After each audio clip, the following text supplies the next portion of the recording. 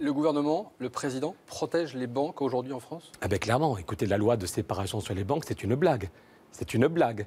En Allemagne, Mme Merkel a dit qu'il fallait des peines de prison, de la prison pour les banquiers qui ont fait n'importe quoi. En Angleterre, la droite anglaise a dit qu'il faut une paroi électrifiée entre les banques de dépôt et les banques d'affaires. Et en France, les banques de dépôt et les banques d'affaires continuent à être protégées. Attendez, on donne la garantie de l'État à des gens qui spéculent. Si on voulait protéger les PME, non mais c'est très concret, pardon, c'est notre argent à tous qui est risqué sur les marchés financiers.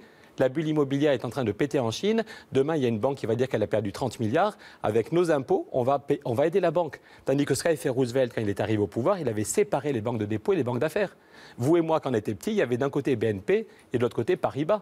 Et Paribas ne pouvait pas spéculer sur les marchés avec l'argent de monsieur et madame tout le monde. Donc ça a marché pendant 50 ans. Ça a marché pendant 50 ans et du coup les banques faisaient leur boulot auprès des PME. Et puis depuis quelques années, on les a remises ensemble et ils spéculent sur les marchés financiers avec notre garantie. Ça, moi j'avais voté pour Hollande au premier tour parce que François Hollande avait dit on va séparer les banques, ce sera fait. Et 3 ans plus tard, il ne l'a pas fait du tout. Alors qu'il y a des pays qui l'ont fait.